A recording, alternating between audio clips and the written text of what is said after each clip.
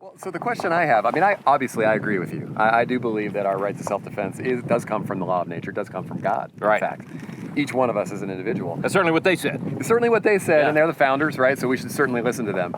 But how pertinent is it today, in today's world of legislation, in the realpolitik, if you will, in Washington, D.C.? Yeah. In a world of moral relativism where anything goes, everything goes. Exactly. Yeah. If I started making that argument, a lot of people's eyes would start rolling, and they'd say, Sure. "Come on, let's deal with the real world." Your question is how pertinent is it? Yeah, It depends on how pertinent liberty is to you. Right, exactly. And how do we make it pertinent? So Yeah. if we're taking our responsibility seriously, how do we get to institute that back into today's We society? have to explain the difference, right? It's not about what are your personal beliefs or my personal beliefs. It's about what works and what doesn't work. And the best comparison is the French Revolution and the American Revolution. French Revolution said, oh, well, it's all about just libertas. There is no God. There is no law of nature. It's just liberty. And whoever's in charge makes the rules. What did it lead to? The guillotine. Absolute chaos. French Revolution didn't work. That's why when Washington was given his farewell address, he's watching the French Revolution take place.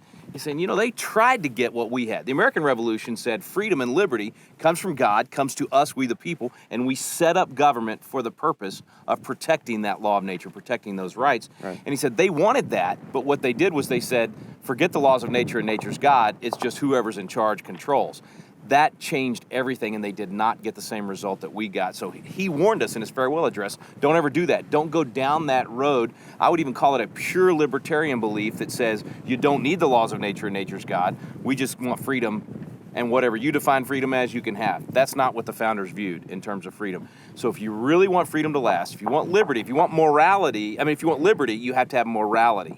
And the only way you get morality is to come back to the ideas of the laws of nature and nature's God. So it changes the result of liberty depending on whether we reinstitute this idea. And speaking of instituting, that's part of what they said, the reason for government. The reason we institute government among us, right? Governments are instituted among us. Why? Because we need it to protect these liberties, not take these liberties away, and certainly not infringe on your right to defend. If your first law of nature is to be able to defend yourself, government's job is to protect that right, not infringe upon it and say you can't carry here, you can't carry there, you can't protect your family in this situation, you only have so many rounds in your magazines. Whatever different ways government tries to infringe on it, that's the opposite of what government ought to be doing. It ought to be protecting your right to defend yourself. So as today's society gets more agnostic, right, and farther away from that idea of laws of nature or laws of God, how do we institute that back in? We encourage them to think like Benjamin Franklin. Okay, Benjamin Franklin was no Christian, all right? But he was not an atheist. He still believed there was a God, but he wasn't a Christian. But he still said, he looked at the founding fathers, and he even said right there at the Constitutional Convention, he said, guys, look, how could we possibly form a nation without the supreme being, without the Father of lights illuminating our understanding? So even as someone that was really considered the least religious of all the founding fathers, he said, I've studied every government in the history of man, and I've studied every religion.